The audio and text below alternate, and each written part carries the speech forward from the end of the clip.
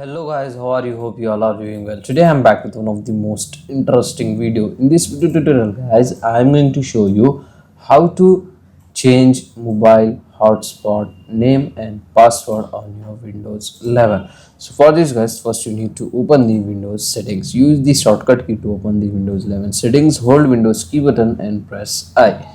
So in the settings guys, in the left panel you can get the option network and internet. Just click and open it, and in the right panel scroll down here you can get the option mobile hotspot. Just open it, and here guys in the network property you can get one edit option. Just click on it. From here you can easily able to change the mobile hotspot network name and password on your PC, as you can see.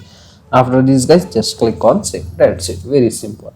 So that's it for today guys. This is a short and very simple video. Hope you enjoy this. If you enjoy, please guys don't go back without like, share and subscribe to our channel. Thank you very much.